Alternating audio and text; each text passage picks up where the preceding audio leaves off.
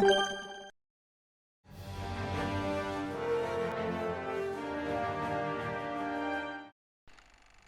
everyone, and welcome back to my channel with a new video about World of Tanks. Today it's the second episode about Meanwhile in World of Tanks, dedicated to the KV-1S and the Panzer IV. I have been playing those two tanks exclusively yesterday, just because they are going to be, well, not removed, but split up in the new update, the 2.1, and I just wanted to say goodbye to them. So let's start with the KV-1S. This was my first game, and as you can see in the matchmaking, there are 3 of them in each side, so I was not the only one to have this ID. And we won this first battle in a few minutes. The same as the second one, it was less than 5 minutes. It was really short and brutal games. The third one featured some higher tier opponents, tier 8. As you know, the KV-1S is a tier 6, so you can see some very juicy tier 4 opponents, but you can face as well some tier 8 heavy tanks, such as the T-32. You can face tier 8 tank destroyers, such as the ISU 152, which are extremely dangerous to you. Well, those are just a few examples. But even if they are dangerous for you, you are still dangerous for them. And that's what I like with the KV-1S. Regardless of the matchmaking, it's like the KV-2, you always have fun even if you just end up in a tier 8 battle. The idea is you'll have terrible armor in general, and everyone will be able to penetrate you and to deal some serious damage, so you'll have to play as if everyone was able to deal some damage to you. The only difference between a tier 4 and a tier 8 is that it will take longer to kill, but you can still play aggressively to try to sneak up around opponents because you have the mobility for it, and just when it comes to return fire, just make sure that you are not shooting at people who are already aimed at you, just because your health pool will just go down super fast. So it's a mix. You'll have to take opportunities and play a bit more conservatively on higher tiers, but still you can be aggressive. And that's what I like about this tank. I know that a lot of people want this tank nerfed or removed just because it's overpowered. Well, it's strong. I would say overpowered, I don't know. It could be nerfed. However, it's just that people don't know how to face a KV-1S. KV-1S is all about the alpha, the 390 points of damage if you hit and penetrate. And you'll have a very good penetration value for a tier 6, 175, which is probably one of the best at tier 6, especially for heavy. So you'll have no problem with that. Now, the issue with the KV-1S is that you have a horrible accuracy and a very long aiming time. So it will take forever to hit a target, and if it's past 200 meters, you will have, let's say, some troubles hitting them even if you are fully focused. So if you're facing one or multiple KV-1S, you don't want to stay immobile, especially at short range, just because they will break you apart, even if you are at tier 7, maybe 8 if they have your flank or rear. So it's easy to counter KV-1S. It's easy to penetrate them, and you'll just have to take some cover and just don't stay immobile at short range in front of them. And you'll be fine. You will be surprised of the number of opponents that just, I don't know what they're doing, they panic or they don't know what to do. But it's easy to counter KV-1S. I'm pretty sure that your biggest advantage, your biggest strength in this tank will be the fear factor. A lot of people will be afraid just to stand in front of you if they are tier 4, 5 and 6, that I can understand. And no one will want to take the first shot. But I've been killed several times just because I was facing multiple opponents, and the DPM on the KV-1S is pretty low actually, because you have a very long reloading time. So, well, one way is not to stand in front of them and be an easy target, another way is just to have a few tanks with you, and the KV-1S will not have the DPM to take them all out, and clearly with any type of tank you will penetrate the KV-1S and kill them fast. Anyway, in the new update, the KV-1S will be at tier 5 without its infamous gun, so probably won't play it much, but I will let you know how it feels at tier 5. And I will also play the KV-85, which will replace the KV-1S at tier 6, so I will let you know what I think about those two new tanks. And as you can see, those battles are really brutal. I don't know if it's because I'm in a KV1S, well it tends to shorten a little bit the length of all battles, but it's probably also because the level of players is quite low at the moment with the introduction of World of Tanks and the Xbox One, and still we are in the summer holidays, so there's a lot of kids playing, while in a few weeks maybe the level will just increase again. So now I have a new replay for you on Erlenberg. I usually hate camping on the hill, even if I'm in a tank destroyer. Usually I'm getting closer to the river, but here I'm in top tier, so I'm pushing forward toward the enemy hill, and I know that there will be plenty of targets available for me. You can be aggressive on Erlenberg, but crossing here just before the hill is very dangerous because you can be shot in a very short amount of time, and also it will depend on the awareness of the opponent versus the support from your allies in B6. Those allies in B6 can shoot enemies in C2, D2 and so on, so they can support you and protect you meanwhile you're advancing. And this was the case, so I had a very good team in this game as well. I was surprised, it went really well yesterday. So now I have some opportunities at those enemies, and look, he isn't moving. I don't know if he's paying attention to me or not, but obviously if he's sitting for the 5 or 6 seconds that it takes to aim the gun, I'm not going to complain. Now that I have exterminated the remaining opponents here, I can move up, but not on my right. If I go on the right, I will not have support from my team, and they are moving forward as well, but still, I'm just staying on the ridge. Now obviously this will be a difficult target, and yes, this is much smarter opponent. He just moved back and I don't have a shot at him. Well, here I'd say that the battle is pretty much won by this time, at least if I stay alive, just because we have been more aggressive in our push than theirs. In their push, they are still in H8 and they haven't done much damage to our team yet. So we have the numerical advantage and the map advantage, because now most of their tanks can easily be flanked. And now I'm in the open, I'm taking some shots, so I can either go towards the houses on my left or toward the castle on my right. Just don't stand in the open. And this will give me some cover to move up to the opponents and take some closer shots, because I definitely can't snipe them from afar. And here you are about to see the weakness of the KV1S. If you are outnumbered, basically they will take advantage of your slow reloading time, and one will just poke out, try to deal some damage to you, and when you turn your turret towards him, the other one will damage you from the other side. So definitely KV1S is not meant to fight multiple opponents. I mean, if you're surrounded, you will be dead in no time. It's true for almost every tank, but it's more true for tanks with a slow reloading time, and if you miss just one shot, you'll have wasted like 14 or 15 seconds depending on your equipment, and this can be deadly.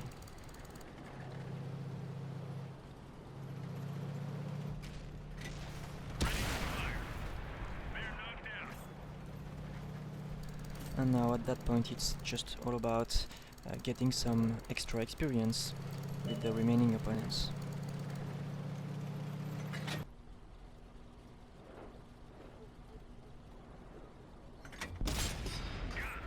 Not an easy shot, it was really lucky, I admit it. But it was fun. Anyway, this is the last replay with the KV1S on Sun River, and this one was extremely brutal. Well, I mean like the other ones, but you will see what I mean when I say that people are not facing properly the KV1S. You have plenty of options to counter the KV1S. The first one is to, if you have a tank destroyer or at least a tank with a high accuracy, just take them from long range. The other option is to surround them, because KV1S has really low DPM, and the third one is to minimize the target that you are giving to him, just because the KV1S is highly inaccurate and doesn't aim really fast. I mean, you have a horrible aiming time. And none of the enemies in this team will just apply any of those. Here I have a Dog 2, he's in the open. If you have a slow tank and if you don't have a very good armor, you don't want to be in the open. it's 2 minutes in the game, so it's not at the beginning. Technically, he had the time to go either further on the left part of the map, so to be in cover, because now he's slow, he has no chance of surviving whoever is shooting at him. In this case it's me. I don't have the highest DPM, but still I can damage him pretty badly. The other enemies, such as those two tank destroyers on my right, have a vantage position because they can shoot at far distance and they can just move back if they are spotted. But look, this VK, he's not moving at all.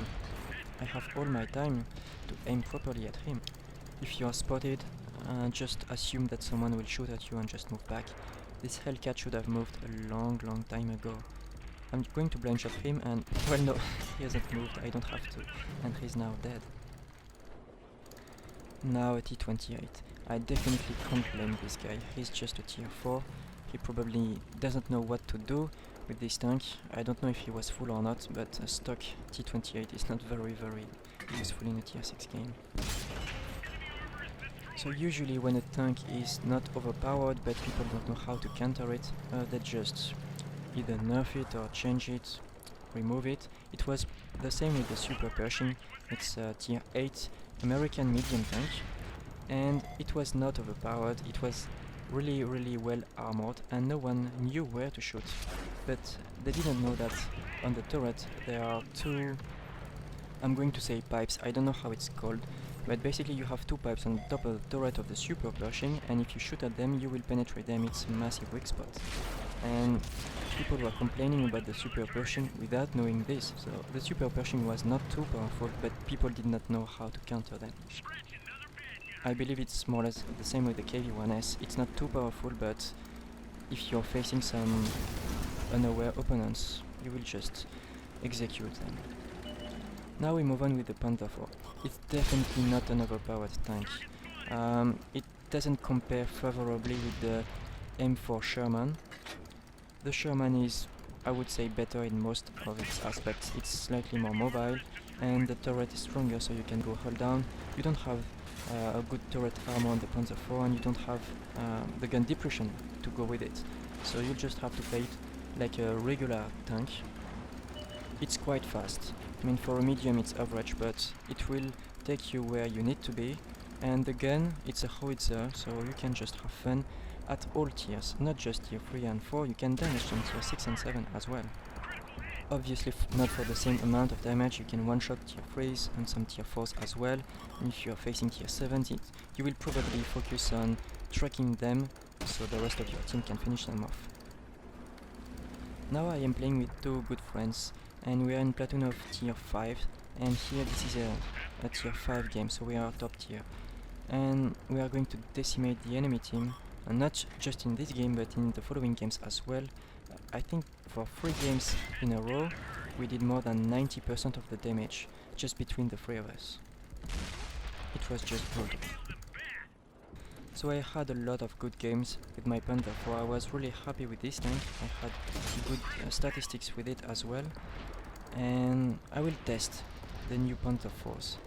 There's one at tier 3, one at tier 4 and the last one at tier 5. I will play the 3 of them and I will let you know what I think about them, and if I'm not satisfied with any of them, well, I can still buy back the M4 Sherman. It was a fantastic tank. And once again we are playing some very short battles. Here we have been playing for 2 minutes and we have done 13 kills. I don't know why, but yesterday the average length of a battle was about 3 minutes and a half, maybe 4 minutes top. So let's continue in White Park, and I'm opening the hostilities in this tank that was probably AFK.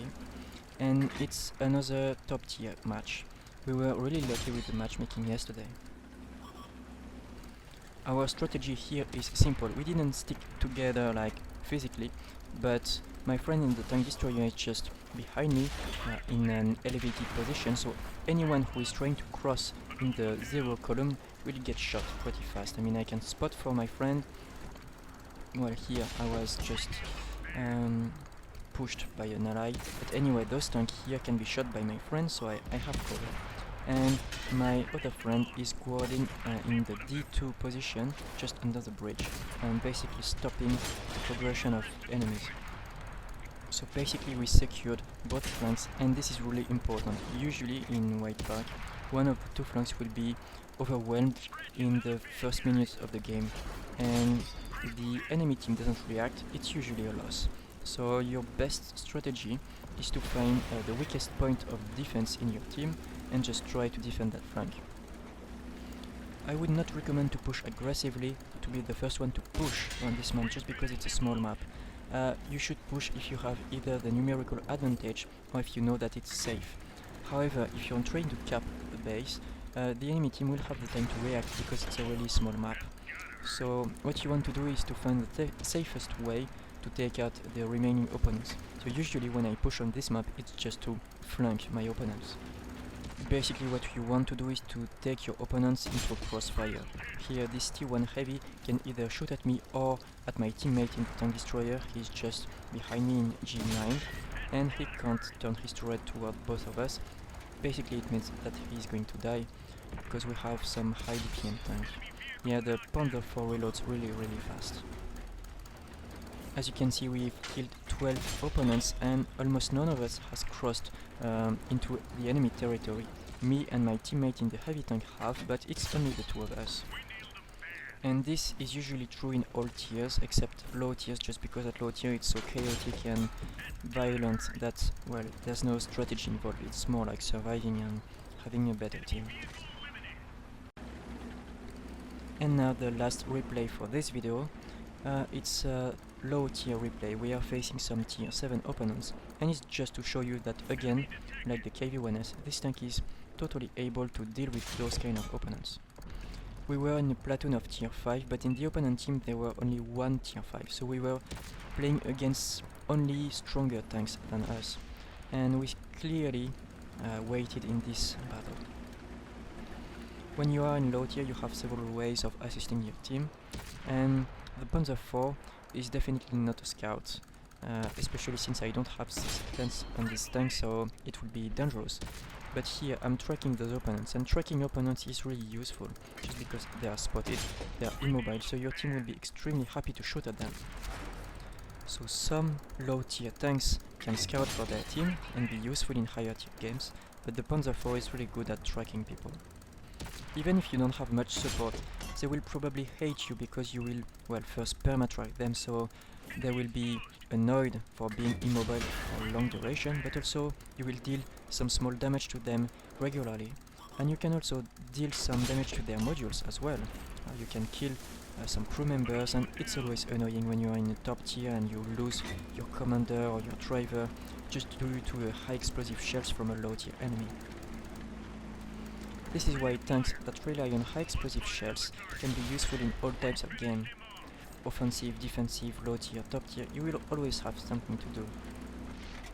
And you can have some really rewarding moments, like surprising this Hellcat and finishing him off just because he has light armor, so you can penetrate anywhere. And now we are losing 11 to 12. Well, technically 11 to 11, but one of us just suicided. But it doesn't matter. Look, this is not a HE shell, it was a regular AP shell. So as you can see, you can still damage some tier 7 heavies with this kind of tank. You just have to find the right opportunities. And now it's all about defending. We don't need to kill them. If the timer runs out, we will win. It's defense. One of the opponents was spotted in the 0 column a long time ago in G0, but I expected him to move towards me, and I was just trying to defend this position. And we knew that the two remaining tanks were probably heading south.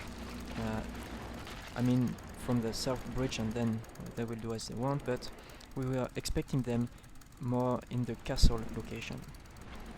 At first I was trying to defend this position, but I do not have a bush to cover myself, so I either have a bush but if I'm spotted I'm in the open, or I was having a protection but no bush. So I've decided to not defend this location, stay close to the base and assist my teammates. Remember, we are tier 5s and 6, and the enemies was tier 6 and 7, so it's better to play it safe. Again, since this enemy tank destroyer was busy with my teammates, I wanted to assist them by flanking the tank destroyer. but for some reason he panicked and moved forward in my direction, and suddenly I was the one in trouble. I mean, you don't have very good armor, and this tank destroyer deals a lot of damage, so I could afford to take just one shot. But since he panicked, he kept moving forwards, and now he's just surrounded and dead. And we just let the timer run out to the end, and we won this battle. So yesterday it was almost only victories. We were really satisfied. So that's it for today. I hope you enjoyed the video. Thanks for watching, and see you in the next video.